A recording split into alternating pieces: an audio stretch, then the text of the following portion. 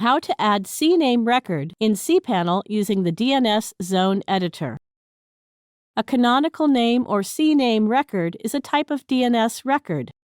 It maps an alias name to a true or canonical domain name. For instance, a CNAME record can map the web address www.example.com to the actual website for the domain example.com. Log into your cPanel account and you will be on this page. Go to the Domains section and click the Zone Editor. Suppose we want to add a CNAME record for domain example.com, then click the plus CNAME record button in front of the domain example.com.